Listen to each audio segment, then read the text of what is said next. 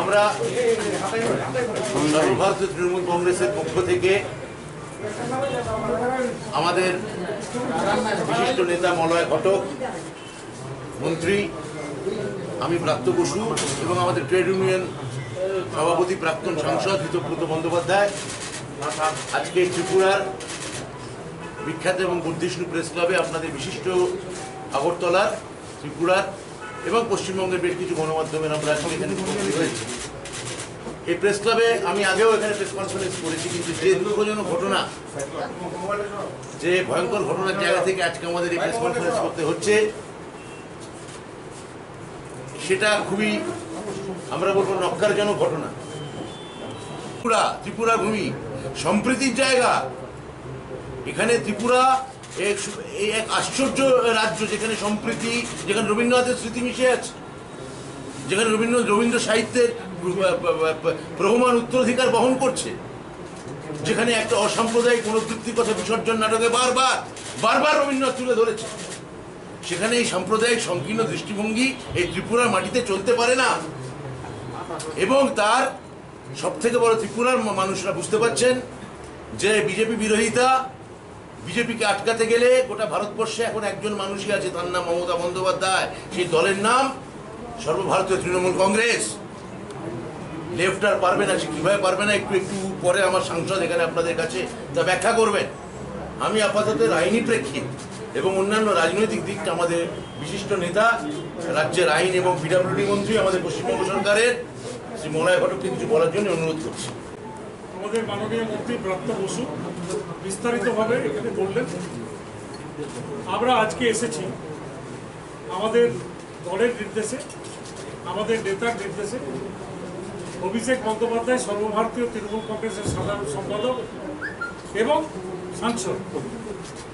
আমরা যখন খবর পাই যেখানে আইপ্যাকের কিছু ছেলেকে একটা হোটেলে নজরবন্দি করে রাখা হয়েছে এবং তাদের বিরুদ্ধে মিথ্যা মামলা দেওয়া হয়েছে 188 এবং কোভিড বিধি ভঙ্গের জন্য মামলা রুজু করা হয়েছে, কিন্তু প্রত্যেকের কোভিড নেগেটিভ হয়েছে।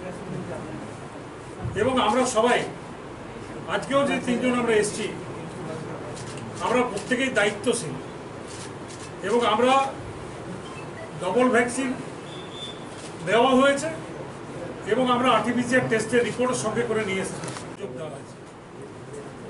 তো আমরা যদি কোভিড বিধি না ভাঙি তাহলে সেখানে মামলা কেন হবে? মিথ্যা মামলা দিয়ে যদি ত্রিপুরা সরকার মনে করছে যে তৃণমূল কংগ্রেসকে ভয় দেখাবে, তাহলে কিন্তু সেটা হবে না। কয়েকদিন আগেই পশ্চিমবঙ্গে নির্বাচন হয়ে গিয়েছে। মাননীয় মুখ্যমন্ত্রীর নেতৃত্বে পশ্চিমবঙ্গে যে বিপুল রায় জনতা দিয়েছেন, এমন একটা পরিপ্রেক্ষিতে যেখানে 40 জন কেন্দ্রীয় মন্ত্রী, প্রধানমন্ত্রী, স্বরাষ্ট্রমন্ত্রী, 10টি রাজ্যের মুখ্যমন্ত্রী মাসের পর মাস পশ্চিমবঙ্গতে পড়েছিলেন, পশ্চিমবঙ্গ চষে বেরিয়েছে, কিন্তু মানুষ মুখ ফিরিয়ে নিয়েছে এবং সারা ভারতবর্ষের থেকেই মানুষ বিজেপির থেকে মুখ ফিরিয়ে নিয়েছে। ত্রিপুরাতেও আগামী দিনে ফিরিয়ে নেবে এই আশা আমরা রাখি। এবং আমরা ত্রিপুরার মানুষ বিগত যে বিধানসভা নির্বাচন, সেই নির্বাচনের পরের থেকে যেভাবে ত্রিপুরাতে শাসন ক্ষমতায় বিজেপি রয়েছে এবং নির্বাচনোত্তর ঘটনা আমরা অনেক দেখেছি। এখানে বিরোধী পক্ষের সমস্ত পার্টি অফিস বন্ধ করে দেওয়া হয়েছিল, উড়িয়ে দেওয়া হয়েছিল, এখানে লেনিনের মূর্তি ভেঙে দেওয়া হয়েছিল এবং মানুষের মুখকে স্তব্ধ করে দেওয়া হয়েছিল। আজকে যেখানেই কোনো অন্যায় অবিচার হয়েছে, একটাই মুখ ভারতবর্ষে প্রতিবাদীদের সঙ্গে থেকেছে, সেই মুখটা হচ্ছে মমতা বন্দ্যোপাধ্যায়। তাই আগামী দিনে মমতা বন্দ্যোপাধ্যায়ের নেতৃত্বে তৃণমূল কংগ্রেস এই ত্রিপুরাতে কাজ করছে এবং করবে এবং ত্রিপুরাতে অত্যাচারিত মানুষের পাশে আমরা দাঁড়াতে এসেছি। এটুকুই আমাদের বক্তব্য। নেতা, পশ্চিমবঙ্গ সরকারের আইন এবং পূর্ত বিভাগের মাননীয় মন্ত্রী শ্রী মলয় ঘটক, আমার বড় দাদার মতো আমাদের রাজ্য সরকারের মাননীয় শিক্ষামন্ত্রী অধ্যাপক শ্রী ব্রাত্য বসু, তারা বলেছেন এবং আমরা আমাদের নেতা তৃণমূল কংগ্রেসের সর্বভারতীয় সাধারণ সম্পাদক সাংসদ অভিষেক বন্দ্যোপাধ্যায়ের নির্দেশে এখানে এসেছি। তার কারণ হচ্ছে যে গণতন্ত্রের বিরোধীদের কথাটা হচ্ছে খুব গুরুত্বপূর্ণ। মানে বিরোধীকে বলতে দাও তোমার কথার তোমার কাজের হিসেব নেই। দুর্ভাগ্যজনকভাবে ত্রিপুরাতে এই ব্যাপারটাই ব্যাহত হচ্ছে। ত্রিপুরার মাননীয় মুখ্যমন্ত্রী তিনি পশ্চিমবঙ্গের প্রোগ্রাম করতে গেছিলেন, আমরা সেই ভিডিও দেখেছি। খালি রাস্তার দিকে তিনি হাত নাড়ছিলেন। ভোটের রেজাল্টে সেই খালি রাস্তার হাতের প্রতিফলন পাওয়া গিয়েছে। বাংলার মানুষ বিজেপিকে মানে বিজেপির মুখে ঝামা ঘষে দিয়েছেন। মলয়দা যে কথা বললেন যে বিপুলভাবে গোটা দেশের বিভিন্ন প্রান্ত থেকে যে পরিমাণ অর্থ, যে পরিমাণ শক্তি ব্যবহার করে তারা এগুলো করেছিলেন, বাংলার মানুষ সেটাকে ব্যর্থ করেছেন। এবং আজকে যে আমরা এলাম, তো আরটিপিসিআর রিপোর্ট দেখিয়ে আমরা ঢুকেছি। আইপ্যাক সংস্থা তারা যে এখানে এসেছেন, তারাও নিশ্চিতভাবে আরটিপিসিআর রিপোর্ট দেখিয়ে ঢুকিয়েছেন। এবার প্রশ্ন হচ্ছে, কতগুলো বেসিক প্রশ্ন তৈরি হচ্ছে। আইপ্যাক কোনো রাজনৈতিক সংস্থা নয়, অথচ তারা যে সার্ভে করছেন এখানে, গণতান্ত্রিক দেশে এই ধরনের সার্ভে করবার ক্ষেত্রে কোনো বিধিনিষেধ থাকতে পারে না। এখন ত্রিপুরা ভারতবর্ষের বাইরে নয়, ত্রিপুরা ভারতবর্ষের অংশ, অবিচ্ছেদ্য অংশ। সেখানে যে হোটেলে আমরা এখন শুনছি, অনেক হোটেল তো আছে, তো ত্রিপুরা সরকার আরও ভালোভাবে বলতে পারবেন যেরকম সব হোটেলেই যারা আবাসিক আছেন তাদের এরকম আবার কোভিড পরীক্ষা করা হচ্ছে কিনা। যদি না হয়ে থাকে তাহলে নির্দিষ্টভাবে 23 জনের একটা টিম তাদের এই নতুন করে পরীক্ষা, এটা স্বৈরতান্ত্রিক মানসিকতার একটা চূড়ান্ত নিদর্শন। এখন হিটলার মুসলিনিরাও একই ধরনের কারবার করতেন, ট্রেন্ডটা একই রকম। এবং মলয়দা যে কথা বললেন যে এখানে বামপন্থীদের সরকার ছিল, আমি নিজে বামপন্থীর রাজনীতি করতাম, দীর্ঘ সময় ত্রিপুরায় এসেছি। এখানে লেনিনের মূর্তি, সেই মূর্তিও নতুন সরকার আসবার পর ভেঙে গুড়িয়ে দেওয়া হয়েছে। কোনো ধরনের আসলে আমাদের দেশে প্রধানমন্ত্রী, মাননীয় প্রধানমন্ত্রী তিনি ডায়ালগে বিশ্বাস করেন না। গণতন্ত্রের মূল কথা হচ্ছে ডায়ালগ। আপনারা এখানে সাংবাদিক বন্ধুরা আছেন, আপনারা কেউ বলতেই পারবেন না, মানে কেউই ভারতবর্ষে দেখেননি যে প্রধানমন্ত্রী কোনো ডায়ালগে অংশগ্রহণ করছেন। উনি শুধু মনোলগে আছেন, একতরফা বলেন, কোনো প্রশ্ন নেন না। এবার এখানে যে পরিস্থিতি যা তৈরি হয়েছে আমরা আমাদের রাজ্যে দেখেছি, দুর্ভাগ্যজনকভাবে পঞ্চায়েত নির্বাচন থেকে দেখেছি যে রাম এবং বামের মিশে যাওয়া এবং কিভাবে একত্রিত হয়ে তৃণমূল বিরোধী একটা অবস্থান, দুর্ভাগ্যজনকভাবে একসঙ্গে বামপন্থীদের পতাকা, সিপিআইএম এর পতাকা, বিজেপির পতাকা উঠতে দেখা গেছে, একসঙ্গে দেওয়াল লিখন হয়েছে। তার ফলাফল বাংলার মানুষ এবারের নির্বাচনে পরিষ্কার করে দিয়েছে। ত্রিপুরাতেও বামপন্থীরা স্বাভাবিকভাবে যা পরিস্থিতি, একের পর এক নির্বাচন, এটা পরিষ্কার যে বামপন্থীদের এখানে কোনো ভবিষ্যৎ নেই। আর বিজেপির সরকার যেভাবে এখানে সরকার পরিচালনা করছেন, এই অটোক্রেসি বা স্বৈরতান্ত্রিক মনোভাবের চূড়ান্ত এখানে দেখতে পাওয়া যাচ্ছে। এবং এই ধরনের ঘটনা, এই যে আইপ্যাকের টিম, এরা ভারতবর্ষের বিভিন্ন জায়গায় কাজ করেন। কোথাও যে ঘটনা ত্রিপুরায় ঘটেছে, এরকম ঘটনা গোটা ভারতবর্ষের কোনো জায়গায় দেখতে পাওয়া যায়নি যে ঘটনা এখানে ঘটলো। এটা গণতন্ত্রের জন্য ভয়ঙ্কর একটা ঘটনা। গণতান্ত্রিক ব্যবস্থা এটা চলতে পারে না। I may not agree with what you say, but I will defend to the last your right to say it. এখন মাননীয় মুখ্যমন্ত্রী নিশ্চয়ই জানেন, যেটা ভলতায়ারের বিখ্যাত উক্তি আর কি, গণতন্ত্রের অন্যতম মূল কথা। এই যে কণ্ঠরোধ করবার প্রচেষ্টা, এই কণ্ঠরোধ করবার প্রচেষ্টা কিছুতেই মানুষ মেনে নেবেন না। আমরা সর্বভারতীয় তৃণমূল কংগ্রেসের পক্ষ থেকে, কারণ এখানে মানুষের মধ্যে ব্যাপক ক্ষোভ তৈরি হয়েছে, এই সরকারের বিরুদ্ধে ক্ষোভ তৈরি হয়েছে, বামপন্থীদের ওপর মানুষের আস্থা নেই। স্বাভাবিকভাবে সর্বভারতীয় তৃণমূল কংগ্রেসই হচ্ছে বিকল্প। এবং বাংলার নির্বাচন, এটা মনে রাখতে হবে, গোটা দেশে বিজেপির বিজয় রথ থমকে গেছে বাংলায় এসে, বর্গীদের আক্রমণ থমকে গেছে বাংলায় এসে। বাংলার নির্বাচন এটা প্রমাণ করেছে যে গোটা দেশে বিজেপি বিরোধী লড়াইয়ের যে লড়াই, বিজেপি বিরোধী লড়াই, সেই লড়াইয়ের সংগ্রামের বর্ষা ফলক হচ্ছেন জননেত্রী মমতা বন্দ্যোপাধ্যায়।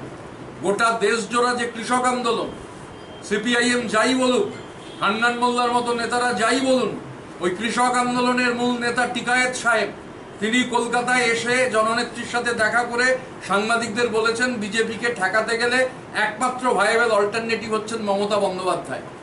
তো সেই অল্টারনেটিভ, আর অল্টারনেটিভটা তো শুধুমাত্র কথার মধ্যে দিয়ে হয় না, কাজের মধ্যে দিয়ে। বাংলায় গত 10 বছরে যে ধরনের কাজ হয়েছে, দুজন মন্ত্রী এখানে উপস্থিত রয়েছেন, সেই কাজের ভিত্তিতে এই বিকল্প, এবং সেই এখন আমাদের নেত্রী, জননেত্রী তিনি দিল্লিতে আছেন, একের পর এক বিরোধী নেতারা তার সঙ্গে দেখা করছেন।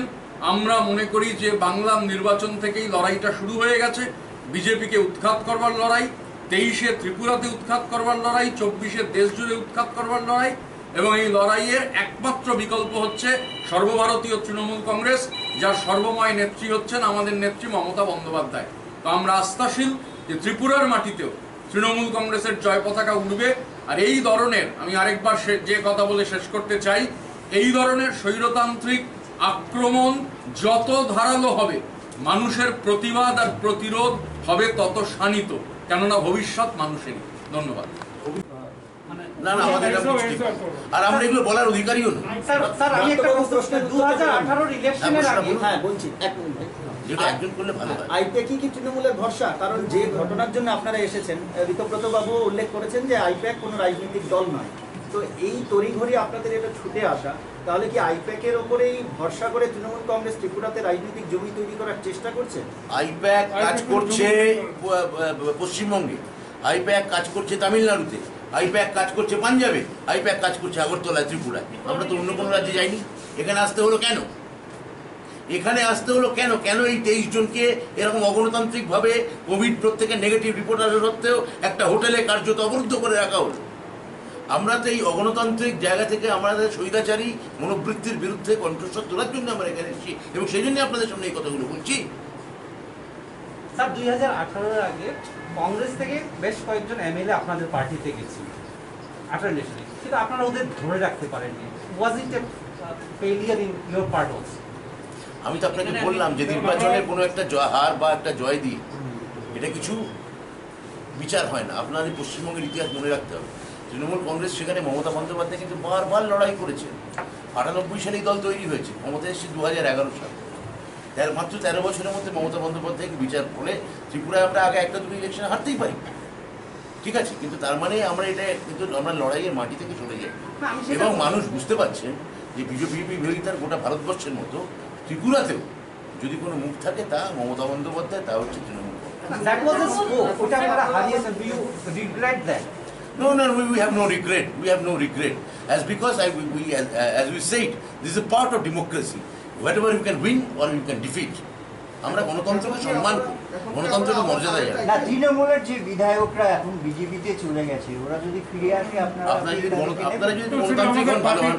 একজন প্রশ্ন আমাদের পার্টির না, আমি বলছি তৃণমূলের বিধায়ক ছিল, ওরা কংগ্রেস থেকে ডিফেক্ট করে। আমাদের পার্টির ইন্টারনাল ম্যাটার, কে পার্টিতে থাকবে, কে পার্টিতে থাকবে না, কাকে নেব, কাকে নেব না, এটা সর্বোচ্চ স্তর ঠিক। এটা তাছাড়াও এটা পার্টির internal matter, not to be disclose before the press.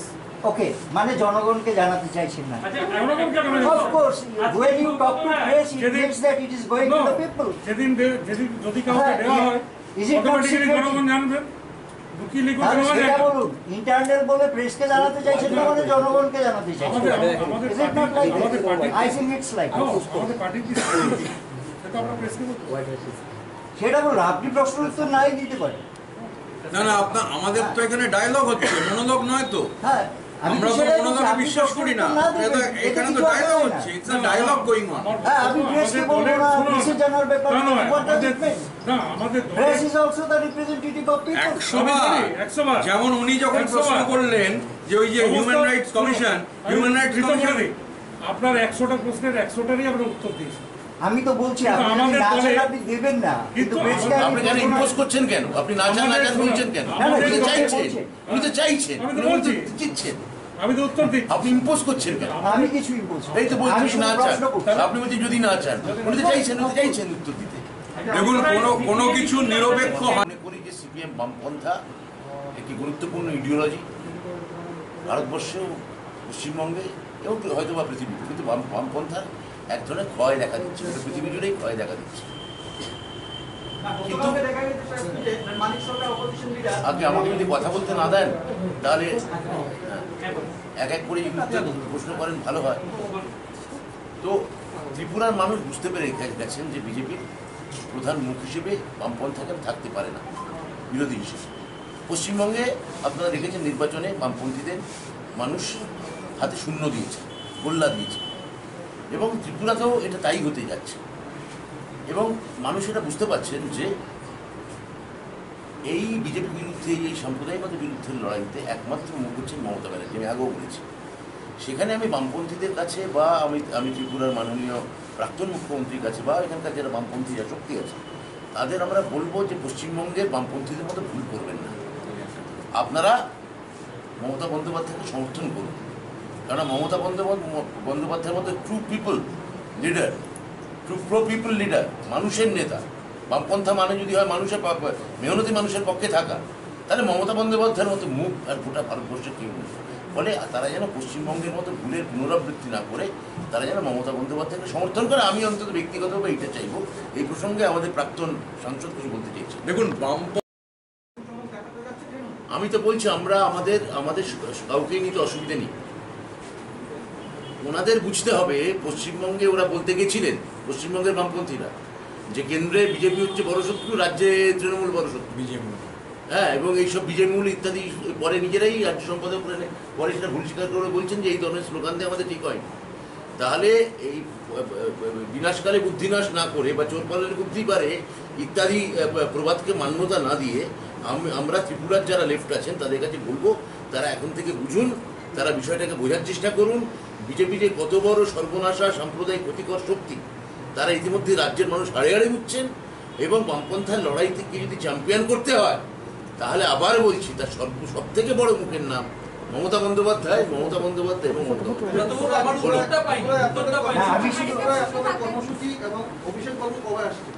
এই তো গোড়াতেই বললাম, অভিষেকবাবু হয়তো কালকে আসতে পারেন, পরশু আসতে পারেন, আমাদের একটু পরে আমরা জানতে পারবো, কারণ উনি এখন দিল্লিতে, আপনারা হয়তো জানেন। তবে আসছেন, এটা ঘটনা। আমরা আমাদের নেতা আসার জন্য অপেক্ষা করবো। নেতা যে মুহূর্তে আসবেন উনি যবে আমাদের বলবেন যে আপনারা এখন চলে যেতে পারেন, তখন আমরা চলে যাবো।